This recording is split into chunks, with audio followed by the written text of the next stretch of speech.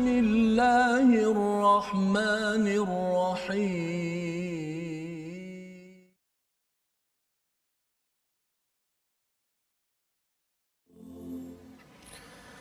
أعوذ بالله من الشيطان الرجيم. بسم الله الرحمن الرحيم. الحمد لله رب العالمين الرحمن الرحيم مالك يوم الدين إياك نعبد وإياك نستعين اهدنا الصراط المستقيم صراط الذين أنعمت عليهم غير المغضوب عليهم ولا الضالين.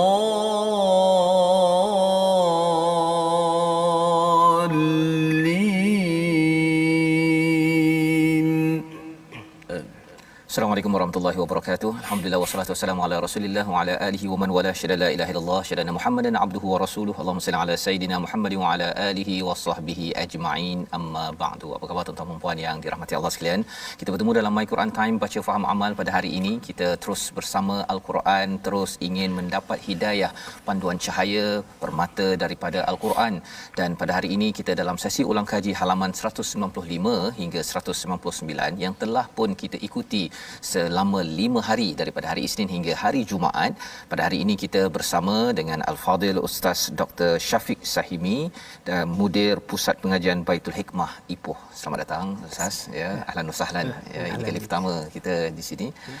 Dan bersama dengan Ustaz Tirmizi. Apa khabar Ustaz? Alhamdulillah kita ada tetamu istimewa hari ini. Insya-Allah kita boleh dapat kita ambil istifadah pada hari ini. Ya, alhamdulillah insya-Allah ya. Jadi bagi tuan-tuan yang berada di online teruskan untuk share, untuk berkongsi di Facebook masing-masing dan kita doakan agar apa yang telah kita belajar 5 hari ini dapat kita ulang kaji. Dan ulang kaji ini bukan sekali sahaja, sebenarnya kita berkali-kali, malah apabila kita ingin menuju pada Ramadan nanti.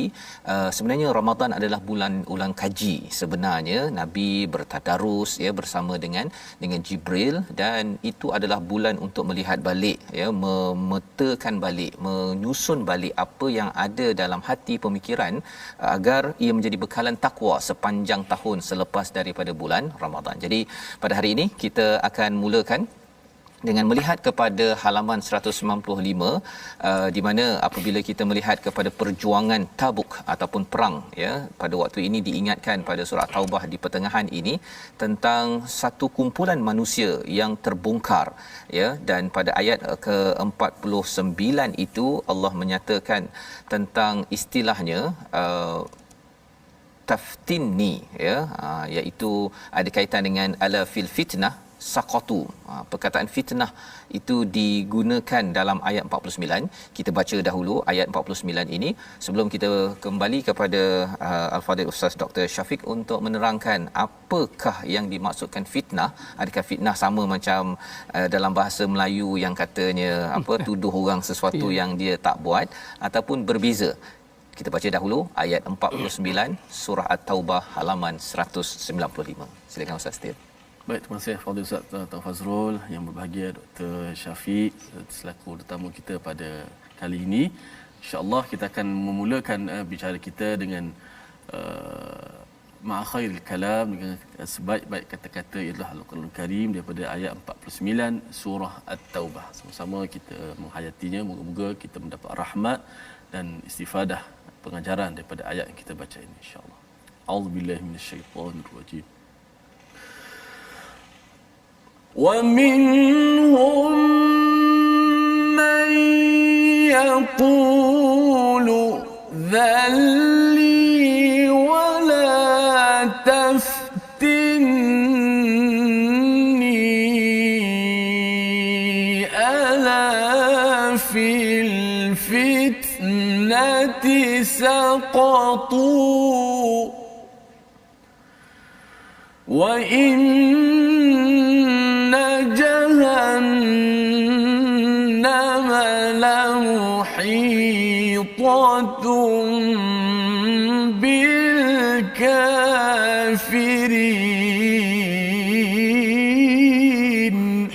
Sadaqallahul azim.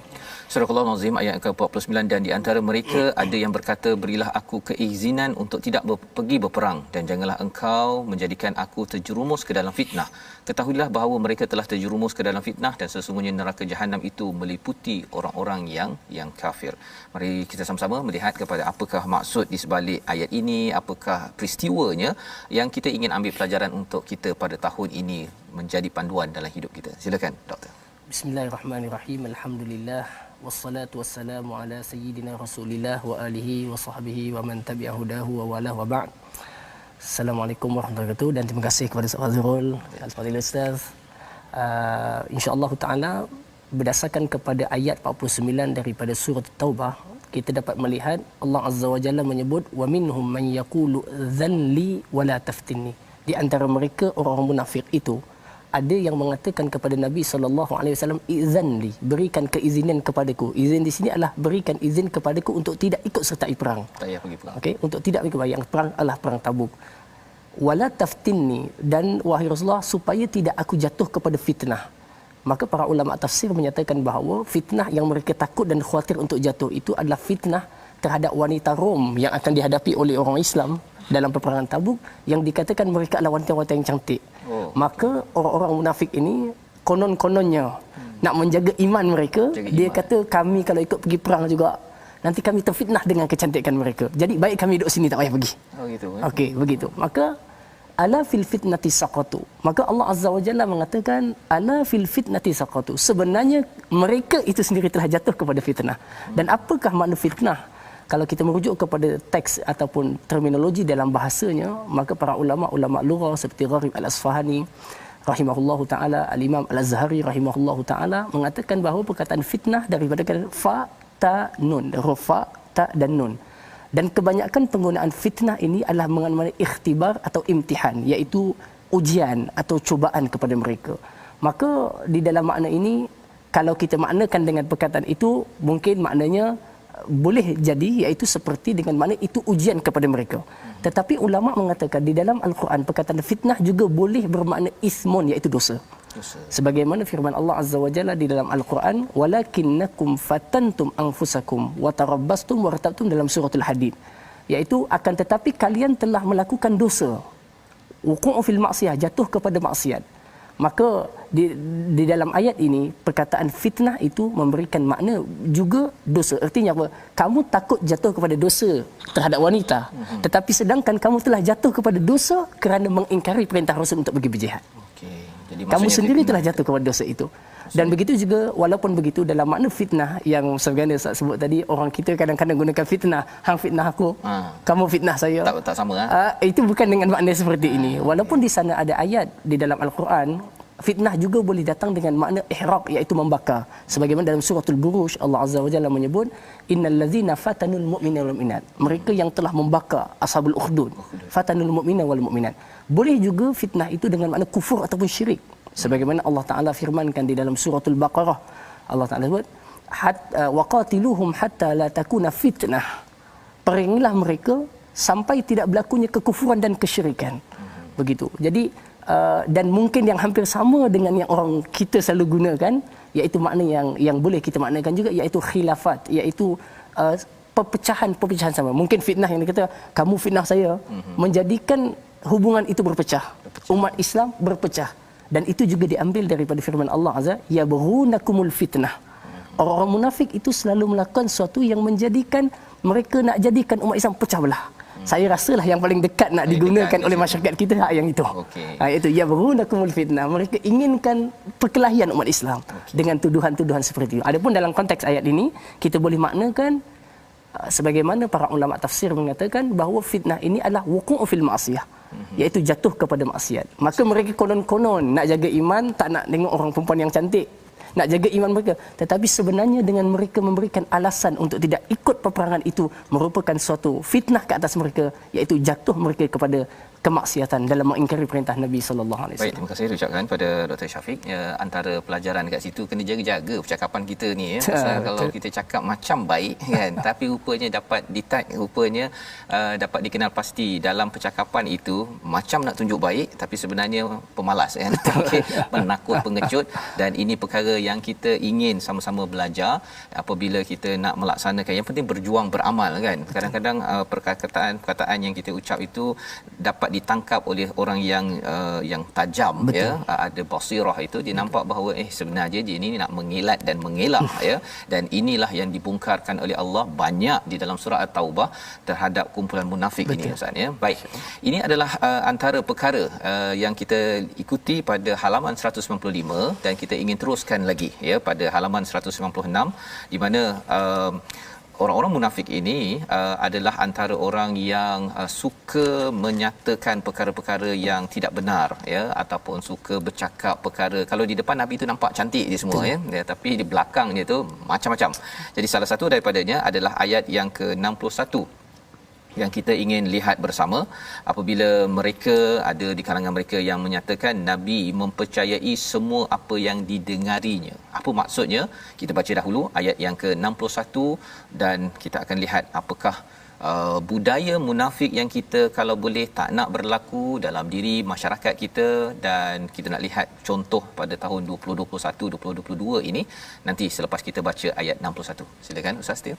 Baik, insya-Allah kita nak terus baca ayat 61. Rupanya perkataan fitnah dalam Quran banyak tapi membawa maksud yang berbeza. Maka jangan bila nampak fitnah tu kita nampak satu je. Mana memerlukan kepada tafsiran supaya dapat kita memahami ya. Itu juga yang ada orang tersilap Ustaz, yang apa al-fitnah asyaddu minal qatl kan. Jadi dia kata jangan tuduh orang, itu berarti dia bawa dalil itu kan. Kena rujuk Dr. Syafiq dulu lah. Mana ada masuk dosa, ada yang masuk ujian, ada bala dan sebagainya. Baik, sama-sama kita baca ayat 61 pula untuk kita dapat menelusuri pula akan makna-makna yang Allah Subhanahu Wa Taala sampaikan insya-Allah. Auzubillahi minasyaitanir rajim. Wa minhumul ladzina yu'dzuna an-nabiyya wa yaquluna huwa udhun.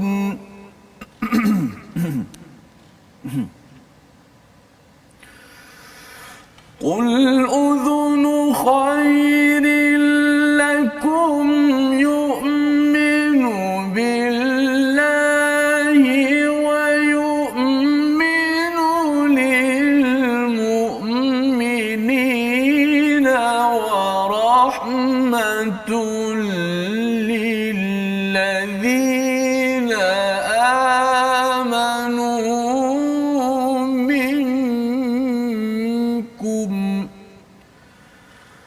والذين يؤذون رسول الله لهم عذاب أليم. صدق الله. Surah Al-Azim ayat 61. Dan di antara mereka orang munafik ada orang yang menyakiti hati Nabi sallallahu alaihi wasallam dan menyakiti dan mengatakan Nabi mempercayai semua apa yang didengarinya. Katakanlah dia mempercayai semua yang baik bagi kamu, dia beriman pada Allah, mempercayai orang-orang mukminin dan menjadi rahmat bagi orang-orang beriman di antara kamu, dan orang-orang yang menyakiti Rasulullah akan mendapat azab yang pedih.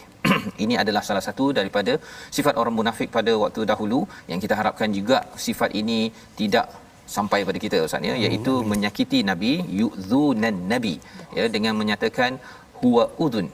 Boleh tak Ustaz ceritakan apa konteks ayat ini, dan zaman sekarang ada tak lagi orang yang perangai macam ni? Sila.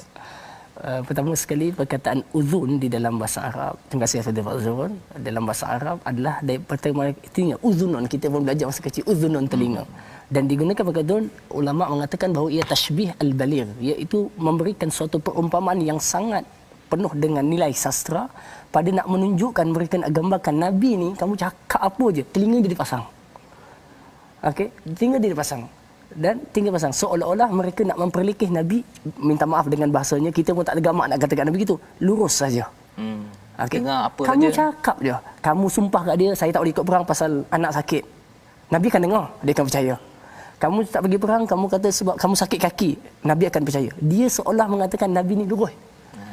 Kamu cakap je, dia uzun, dia akan dengar saja apa yang kamu kata. Maksudnya dia tak adalah balas balik ke? Nabi tak ada balas balik. Nabi tak kata kamu tipu, kamu munafik. Tak.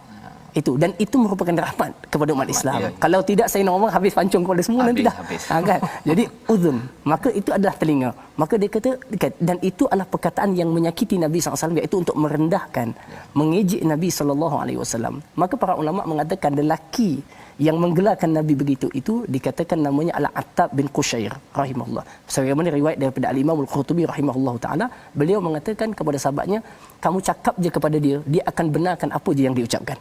Dia akan benarkan, dia terima aja apa yang kamu cakap.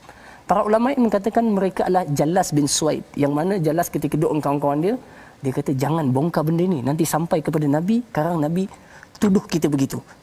Kemudian Jallas mengatakan, dia kata tidak, apa je yang sampai kepada Nabi dia akan benarkan. Kamu cakap je, sumpah je depan dia, bagi je alasan apa-apa. Sebab itu nanti di belakang nanti ada 3 orang sahabat, wa alas salasatil ladzina khulifu.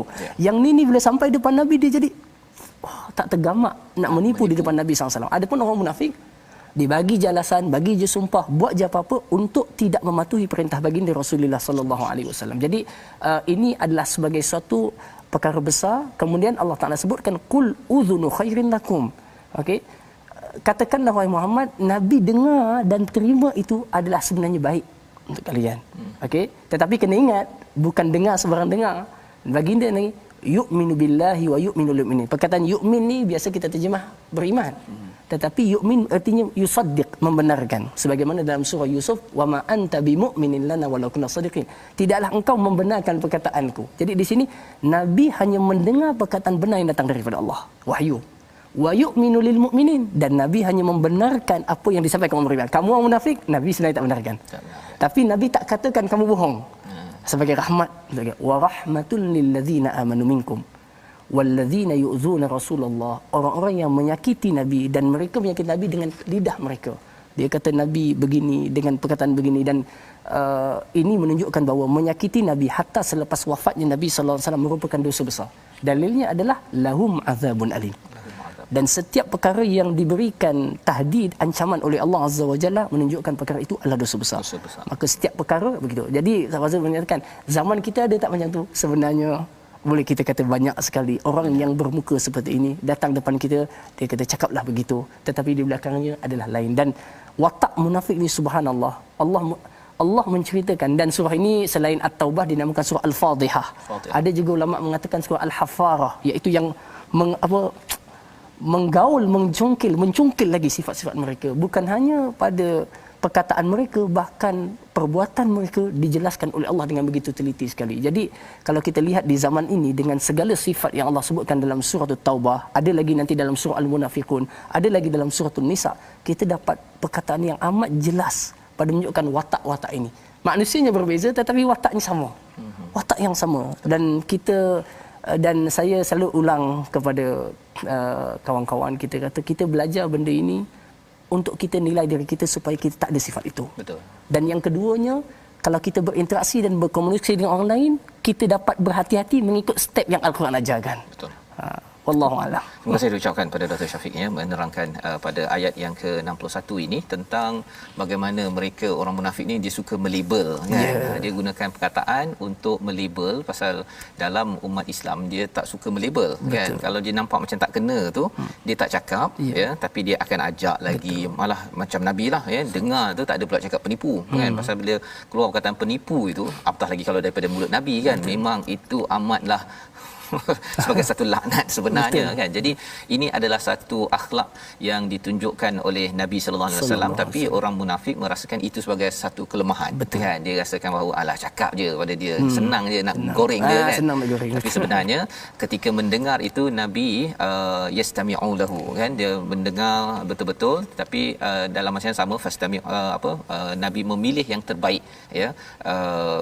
itu salah satu daripada ciri ulul albab yang ada di dalam al-Quran yang perlu kita ambil perhatian kan, agar kita dengar ya, tetapi kita bukan dengar terus terima. Betul. Tapi kita dengar itu menyaring untuk membenarkan Allah, membenarkan kepada orang beriman. Dan memang rahmat, betul rahmat lah kan. Kalau katakan kita ni, kalau saya lah kan, ada kesilapan cakap dengan Dr. Syafiq ke dengan mana-mana guru ke kan, dah silap tu kan. Tapi kalau katakan itu tak betul, ini kena betul, terus je kalau baca Quran tu macam Ustaz Tirmizi kalau mengajar anak murid, kalau salah dia punya makhraj dia terus dalam masa tu dia maratan ukhra kan, sekali lagi dia akan jadi takut untuk datang kepada cikgu tu. Pasal saya ada pengalaman lah jumpa seorang Pak Arab waktu dekat luar dulu belajar tu, dia suka maratan ukhra kan, kan?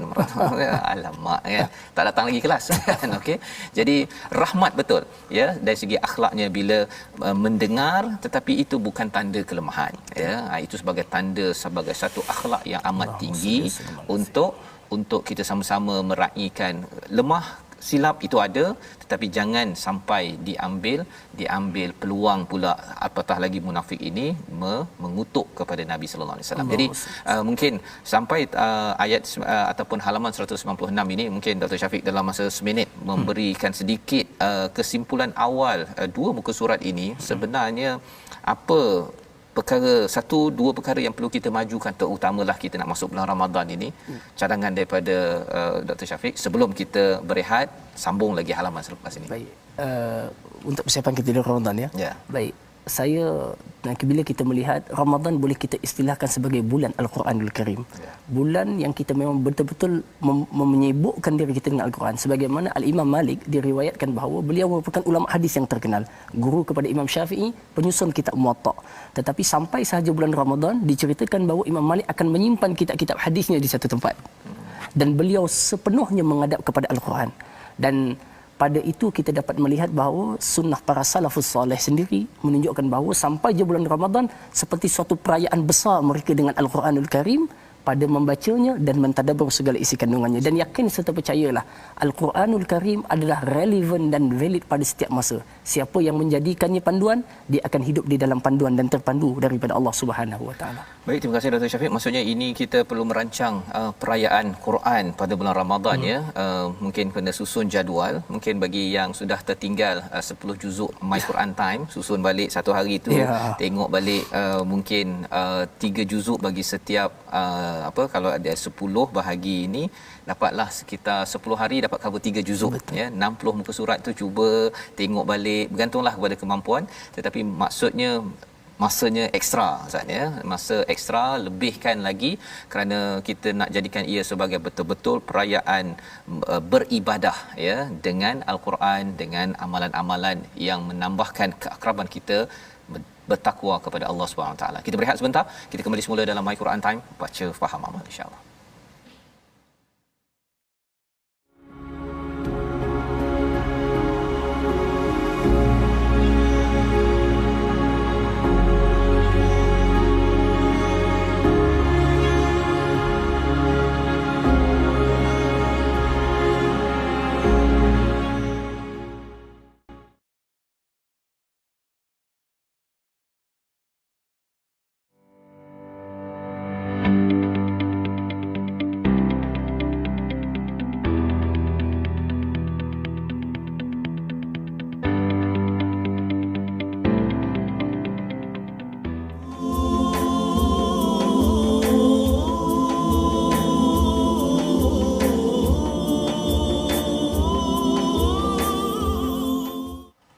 يحذر المنافقون أن تنزل عليهم سورة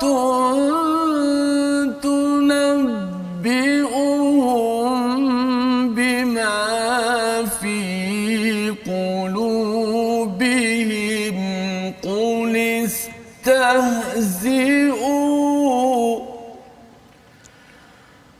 قل استهزئوا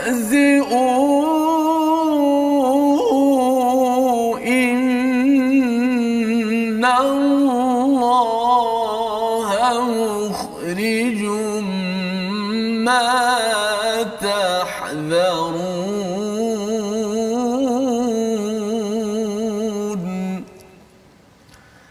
Alhamdulillah, terima kasih kepada semua penonton-penonton, sahabat-sahabat Al-Quran kerana terus istiqamah setia dalam My Quran Time, baca, faham, amal. Moga-moga Allah Subhanahu Wa Taala membersihkan hati-hati kita semua daripada sifat-sifat munafik, dan bagaimana kita telah belajar macam mana step Nabi SAW begitu rahmat dalam mendepani orang-orang munafik, dan kita juga sebagai pengajaran untuk kita berhati-hati berdepan dengan golongan ini, dan pada masa yang sama kita jangan biarkan sifat itu ada dalam hati kita, dan kita mohon kepada Allah Subhanahu Wa Taala. Terima kasih. Safas itu. Ya, baik, terima kasih ucapkan kepada Ustaz Tirmizi. Kita bersama dengan Al-Fadhil Ustaz Dr. Syafiq pada hari ini. Kita sudah pun melihat mengulang kaji dua halaman, dan ini sebenarnya membongkar tentang ciri munafik yang kita bila tengok ayat-ayatnya dia memang menakutkan ya, pasal tak nak kita jadi biasa yang faham dulu munafik tu ada 4 ataupun 3 sifat tu kan, menipu, khianat ataupun gaduh panjang, pecah amanah.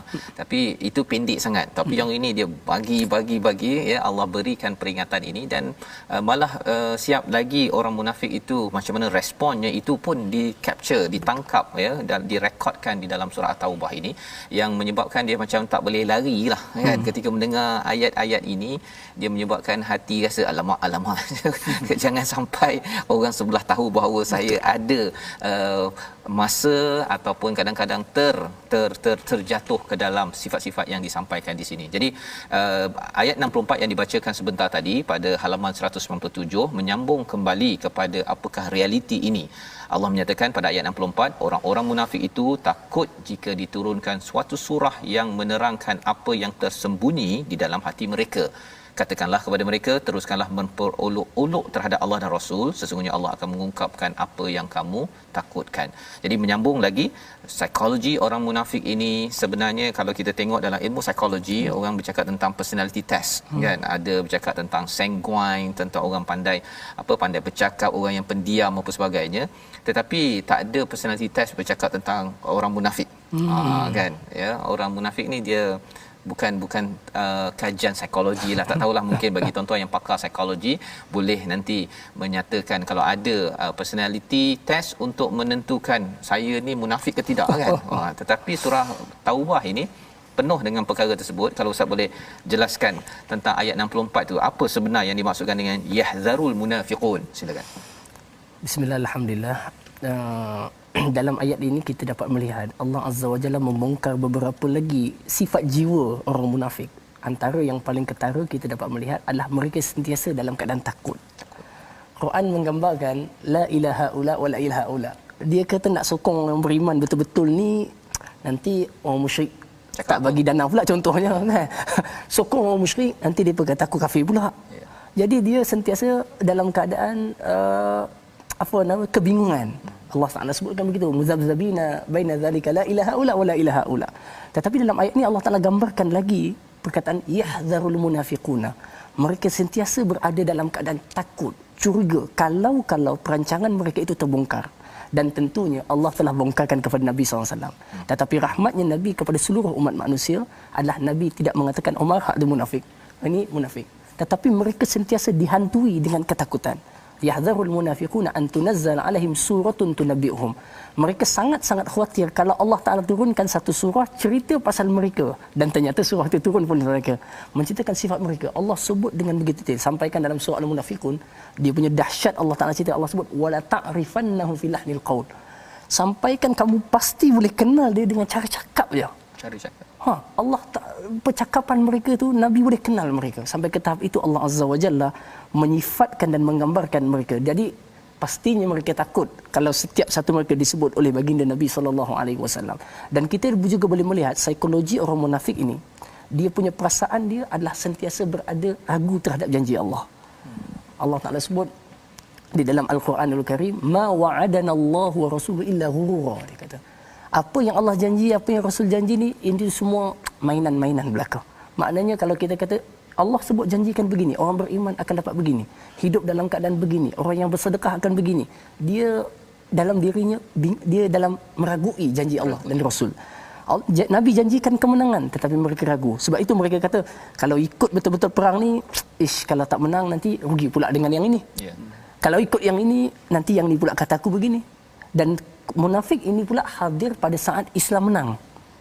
Islam menguasai wilayah. Boleh dapat banyak untung. Boleh dapat banyak untung. Ada kemaslahatan peribadi kan, dapat projek itu ke, dapat dana itu ke, dapat ini ke. Jadi dia kata kalau yang ni tak dapat ini, tapi kalau lawan ni takut dia pula menang nanti kan. Dia kalau kefahaman ini ada orang gunakan ketika dia menganalisis kepada pelbagai parti politik ataupun pelbagai organisasi ke apa ke. Dia sah ke guna kaedah itu ataupun macam mana tu Ustaz? Kita mengambil panduan secara umum boleh, tetapi kita jangan menspesifikasikan kerana kita tidak disuruh untuk hang munafik kan. Tapi kita mengambil secara umum supaya apa? Supaya kita dapat berhati-hati dengan setiap tindakan yang kita hadapi di depan, kerana Allah Taala menjadikan Quran bukan sebagai bacaan semata-mata. Okey, walaupun bacaan ustaz mendamaikan, itu satu rahmat dah kan kepada kita, tetapi hudan lil muttaqin. Dalam setiap langkah kamu Al-Quran memberikan petunjuknya. Maka dalam konteks ini panduan umum tanpa kita nak letakkan spesifik. Kamu terus ada begitu. Jadi kita khawatir kita salah meletakkan sifat tersebut. Sebab itu ulama mengatakan munafik ini kita boleh istilahkan ada dua jenis. Satu munafik i'tiqadi dan yang kedua munafik amali. Adapun yang i'tiqadi yang kita ceritakan sekarang ni. Memang dalam hatinya menyembunyikan kekafiran, benci Allah, benci Rasul, benci orang beriman. Tetapi zahirkan dengan pakaiannya. Dikatakan Abdullah bin Ubay bin Salul ni orangnya handsome, cantik, cakapnya pun fasih, tetapi di dalam dirinya menyembunyikan sebesar-besar kekufuran dan kebencian kepada Allah dan Rasul. Dan ada yang kedua munafik amali. Yang ni kita jangan terus kata hang munafik macam dalam Quran lahum adzabun alim, dah jangan dulu. Kenapa? Kerana dia memiliki beberapa karakter yang karakter itu boleh masih untuk diubah. Seperti yang kita sebut iza haddatsa kadzaba, kalau cakap bohong, wa iza wa'ada akhlafa. Jangan kawan untuk bohong baru sekali kita kata munafik. So, bahkan dalam Quran orang munafik ini azabnya lebih dahsyat daripada orang kafir. Allah nyatakan dalam surah An-Nisa, innal munafiqina fid darkil asfali minan nar. Asfal. Kalau oven masak kek tu yang paling bawah. Kenapa jadi macam tu Ustaz? Bawah sekali tu. Kerana kalau orang kafir dia sekadar kufur kepada Allah. Jelas. Habis. Orang Islam pun tengok, okey dah. Orang munafik dia berada hidup dengan orang Islam, kahwin dengan orang Islam, dia melakukan tipu daya kepada orang Islam. Tu kira macam duri dalam daging. Duri dalam daging. Kalau kita tengok kejatuhan Empire Osmaniyah sendiri, kejatuhan Spanyol sendiri macam kan. Tali baruk semua dengan tali baru, duri dalam daging. Yukhadi'un Allah wa Rasul. Mereka main dengan Allah, Rasul, orang beriman pun dia mainkan. Jadi dia macam buat dua kesalahan besar. Dalamnya kufur dah, luarnya mainkan orang. Jadi ini satu perkara yang kita mohon kepada Allah, semoga Allah pelihara kita semua daripadanya, insya-Allah. Baik, ini adalah pencerahan tentang psikologi orang munafik yang sebenarnya amat penting. Kalau dalam surah Taubah ini memang diberikan perhatian, malah lebih daripada itu ialah bercakap tentang orang munafik ini dia tersilap prioriti, keutamaan ya. Dia memilih dunia dan dia rasa macam kalau pihak ini ada dapat manfaat, pihak ni dapat manfaat, dia pergilah ke tempat situ. Tetapi kalau apabila kita fokuskan kepada akhirat, maka keutamaan kita itu jelas, menyebabkan kalau dekat sini saya tak dapat pun tak apalah ya. Yang penting ialah saya bersama dengan kebenaran. Dan inilah yang disampaikan sebentar tadi. Walaupun dalam kehidupan kita berasa takut tu ada juga. Betul. Kan, tapi kalau takut kerana kita nak mencari dunia dengan takut kerana kita nak mencari akhirat, dua takut yang memang berbeza ya, berbeza. Takut mencari akhirat itu menyebabkan kita perjuangkan kebenaran, tapi takut cari dunia ni kalau perlu menipu, kalau perlu sembunyi letak bawah meja ke, ataupun rancang 3-4 langkah untuk pastikan kita tak ditangkap bersalah. Itu juga adalah takut, tapi takut itu adalah tak berbaloi dalam perjuangan kita dipinjamkan 60-70 tahun hidup kita Ustaz ya. Jadi ini adalah pelajaran halaman 197, dan kita nak lihat bagaimana pula ciri orang yang diberi rahmat oleh Allah Subhanahu Wa Taala pada ayat yang ke-71.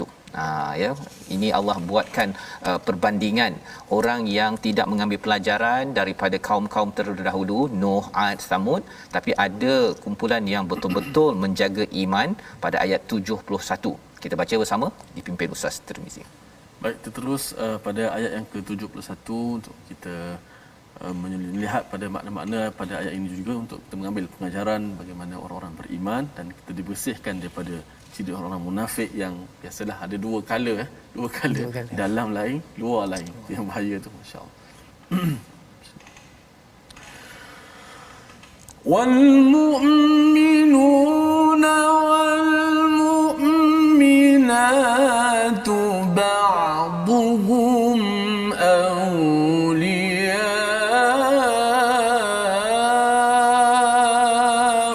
بعض يأمرون بالمعروف وينهون عن المنكر ويقيمون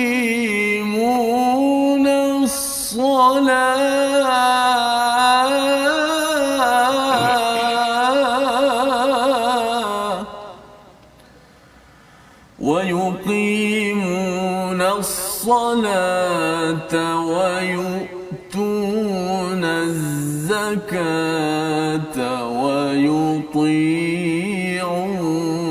الله ورسوله أولئك سيرحمهم الله إن الله عزيز حكيم صدق الله. Dan orang-orang yang beriman lelaki dan perempuan sebahagian daripada mereka menjadi penolong bagi sebahagian yang lain. Mereka menyuruh membuat makruf dan mencegah daripada kemungkaran, mendirikan solat, menunaikan zakat dan taat kepada Allah dan Rasulnya. Mereka akan diberi rahmat oleh Allah. Sesungguhnya Allah Maha Perkasa lagi Maha Bijaksana. Ini adalah ciri orang yang beriman. Kalau boleh Ustaz menyatakan ataupun kongsikan sikit mengapa ciri-ciri ini penting. Apatah lagi bila ada perkataan sayarhamuhumullah, ya ada sa dekat situ kan. Kalau katakan ulaika yarhumuhumullah ni kira macam dah confirm tu, tapi ada sa tu, kalau boleh dijelaskan agar dapat kita memahatkan dalam diri kita apa yang perlu dibuat agar terelak daripada menjadi kumpulan orang-orang yang nifaq yang dinyatakan dalam surah Taubah. Silakan. Bismillah, alhamdulillah. Di dalam ayat yang ke-71 Allah menceritakan sifat yang berlawanan dengan sifat yang kita bicarakan tadi, iaitu sifat munafikin, dan kita mohon kepada Allah semoga kita disifatkan Allah dengan sifat ini dan kita semua mendapat rahmat daripada Allah. Allah menyebut wal mu'minuna wal mu'minat, orang beriman lelaki dan orang beriman ba'duhum awliya'u ba'd, sebahagian mereka itu menjadi awliya dengan sebahagian yang lain. Di sini ada satu perkara yang menarik, Azul, ya. Kalau kita tengok muka sebelah je tanpa kita perlu analisa, Allah sebut dalam ayat 67 al munafiquna wal munafiqat ba'duhum min ba'd. Di sini ba'duhum awliya'u ba'd. Ada beza perkataan awliya. Jadi di situ orang munafik lelaki perempuan dia saling bantu membantu. Tetapi di sini orang beriman lelaki dan beriman perempuan sebahagian mereka menjadi wali bagi sebahagian yang lain. Apa makna awliya? Awliya ini para ulama menceritakan tentang makna wali sebagaimana Syekh Said Hawa telah menjelaskan dengan begitu baik sekali dalam perkara makna wala. Mereka mengatakan wala ataupun awliya di perkataan wali, iaitu wala artinya adalah mahabbah, nusrah dan juga membantu dan memenangkan. Iaitu apa? Orang beriman lelaki dan orang beriman mereka memiliki suatu kasih sayang di antara mereka. Okey, kemudian dia ada nusrah, saling memenangkan apa tujuan kita nak capai. Dia saling dengan ukhuwah yang kuat tadi. Kata Imam Qurtubi rahimahullah, mereka mengatakan qulubuhum muttahidah. Hati orang beriman lelaki perempuan ni satu dengan tujuan yang satu. Tapi orang munafik mereka ramai dengan satu kepentingan tapi mimpi lain-lain atau cita-cita lain-lain. Mereka mungkin kata kita jayakan misi ini. Tetapi setiap orang itu ada agenda masing-masing. Ada dia punya. Kadang-kadang dah sampai tengah jalan, dia tolak kawan tu, dia pergi lain. Tapi orang yang beriman, subhanallah, Allah Ta'ala gambarkan mereka, hati mereka bersatu. Okey, jadi ini menunjukkan apa? Mereka saling berkasih sayang. Mereka saling tolong-menolong, bantu-membantu. Dan ini merupakan sifat. Dan wala atau awliya juga memberikan makna ketaatan dengan penuh keikhlasan. Iaitu orang yang beriman, saat mereka ada ketua mereka, mereka taat dengan penuh taat dan ikhlas bersama dengan kasih sayang yang ada padanya. Bukan istilahnya tak betul dia kata buat ini, buat ni. Walaupun mengingkari syarak, tetap dilakukan. Tidak begitu. Tetapi wala adalah taat dengan penuh kasih sayang, dengan penuh nusrah, bersemangat untuk membantunya. Bahkan Said Hawa mengatakan lebih, irtibatul masir bil masir. Apa je berlaku kepada orang yang beriman, dia tetap teguh bersama dengan orang yang beriman. Itu. Awliya ubaq. Jadi di sini sudah membezakan jiwa orang beriman itu satu, bersama dan saling berkasih sayang. Ya'muruna bil ma'ruf wa yanhauna 'anil munkar. Allah menceritakan keistimewaan dan sifat mereka itu apa dia? Mereka selalu menyuruh kepada perkara yang baik ulama tafsir mengatakan ma'ruf ini adalah mengisahkan Allah, mengabdikan diri kepada Allah dengan penuh keikhlasan. Wa yanhauna 'anil munkar, Ibnu Aliyah mengatakan bahawa wa yanhauna, bila disebut munkar dalam Quran mereka mengatakan semua penyembahan terhadap berhala dan juga syaitan. Jadi semua perkara yang bawa kepada jahanamnya akidah adalah perkara munkar. Jadi orang beriman ni dalam hidup dia ada satu benda, iaitu selalu ajak manusia dan masyarakat untuk kita buat benda baik. Jayakan misi baik. Macam kita ni lah baca Quran, ajak orang tadabbur Quran, ajak orang ke masjid. Jadi semua benda yang diwajibkan oleh Allah dan Rasulnya, orang beriman akan segera untuk melaksanakannya. Tetapi beza orang munafik dalam ayat yang tadi, ya'muruna bil munkar.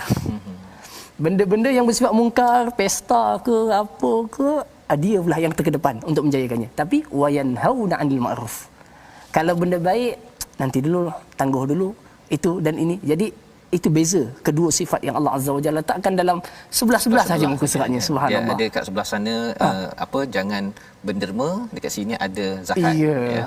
Kan. Tapi menarik je ayat ini Ustaz ni, di hujung tu dia ada, ataupun di tengah tu ada perkataan wa yuti'ullah wa rasuluh wa rasulah kan. Biasanya cakap taat pada Allah dan Rasul ni peringkat awal kan. Tapi ini diletak kat ujung pula. Dia macam ayat surah Ali Imran itu yang ta'muruna bil ma'ruf wa tanhauna 'anil munkar wa tu'minuna billah kan.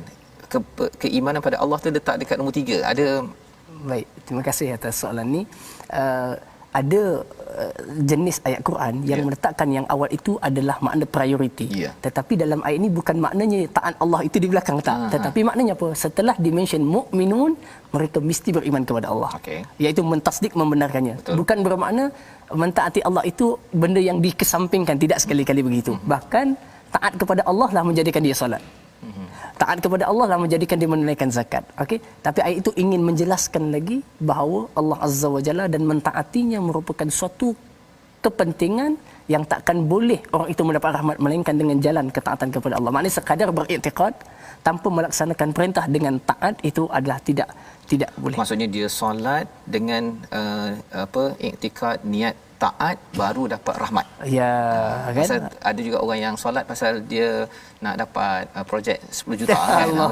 Jadi itu bukan taat pada Allah tu kan. Dia niat lain kan. Sangat menarik sahabat sekalian ya.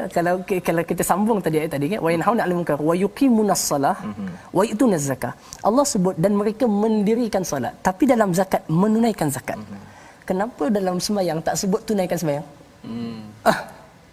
Tapi disebut mendirikan salat. Artinya beza orang beriman dan orang munafik dalam melakukan salat. Orang beriman yuqimus salah. Dia sedar Dia sedar. Kalau kita contoh berdiri ya, kita susun tulang-tulang kita disusun rapi, cantik, kemas. Maknanya orang yang salat, beriman salat dengan segala adab zahir, adab batin. Dengan segala rukun dan sunat yang dijaga dengan baik. Tapi cuba tengok orang munafik. Allah sebut apa? Wala ya'tuna salata illa wa hum kusala. Mereka sembahyang juga, tetapi tunaikan saja. Tunai je. Macam kita bayar zakat kan begini. Dah habis, selesai. Tetapi orang beriman dia solat dengan penuh ada khusyuknya, dengan penuh tertibnya. Jadi di sini sudah menunjukkan perbezaan. Artinya rahmat datang kepada orang yang memelihara solat dengan solat yang sebenar. Adapun orang munafik wahum kusala, sembahyang juga tapi asal orang tak kata aku sudahlah. Yalah. Kalau ramai-ramai sembahyang. Nanti bapak mertua cakap apa pula nanti kan, tak solat. Depan bapak mertua semua 4 rakaat jadinya. Okey begitu. Kan. Subhanallah. Allahu akbar. Jadi ini adalah sifat orang yang mendapat rahmat dan perkataan sa tadi, sayarfumullah tu kalau Ustaz boleh cerita sikit kenapa ada sa dekat situ. Setelah disebutkan segala sifat-sifat tadi, maka Allah Azza wa Jalla menyebutkan merekalah orang yang akan dirahmati Allah. Artinya apa? Apabila kalian melengkapi sifat-sifat itu, maka datang kerahmatan Allah ke atas kalian. Cuma saya mungkin nak sentuh sikit kalau dibenarkan ya, untuk kita lihat makna rahmat itu. Terkadang orang maknakan rahmat ni Allah rahmatilah saya. Tetapi sebenarnya dalam Quran perkataan rahmat itu sendiri memberikan banyak makna atau memberikan banyak makna yang boleh kita amati. Kalau dalam firman Allah Azza wa Jalla, ulaika sayarhamuhumullah, rahmah itu boleh makna dengan makna kemenangan. Allah Ta'ala sebut arada bikum rahmah, kan? Apabila Allah menghendaki rahmat, rahmat artinya kemenangan. Kan? Begitu juga kemenangan di mana? Di dunia ke akhirat? Di dunia dalam peperangan. Arada bikum rahmah, untuk Allah menghendaki kemenangan kepada kamu. Dan boleh juga rahmat dengan makna maghfirah, iaitu keampunan daripada Allah Azza wa Jalla. Allah sebut la taqnatu min rahmatillah. Itu jangan kamu putus asa daripada keampunan Allah. Teruskan. Okey? Jadi boleh kita maknakan di sini, mereka orang yang mungkin diampunkan Allah dengan perbuatan baik mereka. Maknanya orang yang beriman selalu dalam proses pembersihan daripada Allah. Selalu dibersihkan Allah, disucikan oleh Allah. Boleh juga dimaknakan, yang saya rasa ini adalah paling dominan dilakukan oleh orang kita, rahmat dengan makna mawaddah. Iaitu kasih sayang, iaitu Allah sayang dia. Dan tuan-tuan, rahmat ni bukan benda kecil. Sebab itu Ashabul Kahfi ketika dia min ladunka rahmah. Ya, pohon rahmat daripada yang Allah. nak ada rahmat, dia nak Allah dalam tekanan luar dia itu, dalam gua itu dia minta kepada Allah kasih sayang Allah. Dan subhanallah, melebihi adat 300 tahun lebih tidur tak mati, rahmat daripada Allah. Jadi kita begitu dalam maksudnya rezeki dalam kita, keadaan PKP, dalam keadaan galau yang ada, dalam hati ada taman lagi ya. Jadi sebabkan rahmat Allah turun ya. Okey, masya-Allah. rahmat bainahum. Masya-Allah, itu adalah yang disebut tadi tu mengundang rahmat Allah Taala lah. Ya, bila kita solat, bersifat dengan sifat ini, solat dengan solat yang betul, tunaikan zakat, harta yang wajib, kemudian taat Allah dan Rasul, amar ma'ruf nahi munkar, orang itu sentiasa hidup dalam rahmat Allah Azza wa Jalla. Okey, ada orang tanya, Ustaz, macam mana nak dapat rahmat tu? Saya nak Allah rahmat tapi nak dapat ni ada cara dia. ini cara ni yang kita doa pada Allah SWT agar Allah pimpin kita dengan menjadi orang yang sentiasa diberi rahmat. Kita bersama dengan Ustaz Dr. Syafiq untuk memimpin doa akhir kita, memohon agar kita diberikan rahmat oleh Allah SWT. Bismillahirrahmanirrahim. Alhamdulillahirabbil alamin wa bihi nasta'in wassalatu wassalamu ala sayyidil mursalin wa ala alihi wa ashabihi ajma'in. Ya Allah, ya Tuhan kami, ampunilah segala dosa-dosa kami. Ampunilah dosa kedua ibu bapa kami. Ampunilah dosa guru-guru kami. Ampunilah dosa anak-anak murid kami, dan ampunkanlah dosa seluruh orang mukmin yang lelaki dan juga perempuan, ya Allah. Ya Allah, ya Tuhan kami bermohon dengan segala sifat-sifat-Mu yang mulia, ya Allah. Jauhilah kami daripada segala sifat munafikin, ya Allah. Sucikanlah hati kami daripada segala sifat nifaq, dan jadikanlah amalan-amalan kami ikhlas kepadamu, ya Allah. Ya Allah, ya Tuhan kami, jadikanlah kami orang beriman saling berkasih sayang kerana-Mu, ya Allah. Saling bersatu padu dan bertolong menolong kerana-Mu, ya Allah. Dan kurniakanlah kepada kami, ya Allah, akan kejayaan di dunia, mendapat kemenangan, dan kejayaan di akhirat, mendapat syurga-Mu, ya Allah. Bimbinglah hati kami, bimbinglah diri kami untuk sentiasa mentaati-Mu, ya Allah. Habib ilainal iman wa zayyinhu fi qulubina wa karrih ilainal kufra wal fusuqa wal isyan. Cintakanlah kami kepada keimanan, dan hiasilah iman di dalam diri kami, ya Allah. Dan jauhilah kami daripada segala kekafiran, kefasikan dan juga kemaksiatan, ya Allah. Rabbana hablana min azwajina wa dhurriyyatina qurrata a'yunin waj'alna lil muttaqina imama. Rabbana atina fid dunya hasanah wa fil akhirati hasanah wa qina adzabannar. Walhamdulillahi rabbil alamin. Amin ya rabbal alamin. Moga Allah mengabulkan doa yang dipimpin oleh Ustaz Dr. Syafiq sebentar tadi, dan kita mengucapkan, kami mengucapkan terima kasih kepada Dr. Syafiq hadir pada My Quran Time bersama dengan tuan-tuan, dan kita doa agar Allah merahmati kita jauh daripada sifat munafik yang disampaikan dalam surah At-Taubah. Inilah kesedaran yang ingin kita lebarkan dalam tabung gerakan Al-Quran. Satu platform tuan-tuan boleh menyumbang, tuan-tuan boleh menyumbang idea, jaringan bagaimana lagi ingin dilaksanakan kempen-kempen nilai kesedaran Al-Quran agar masyarakat betul-betul menjadi orang beriman yang committed pada perjuangan membawa ke kebenaran. InsyaAllah kita bertemu kembali pada jam 5 petang, ulangan pada jam 11 malam dan juga 6 pagi. Rancangan ini dibawakan oleh Mufas yang mendoakan tuan-tuan terus mendapat rahmat, terus memohon rahmat daripada Allah pada setiap masa. Jadi kita bertemu lagi My Quran Time, baca, faham, amal, insya-Allah.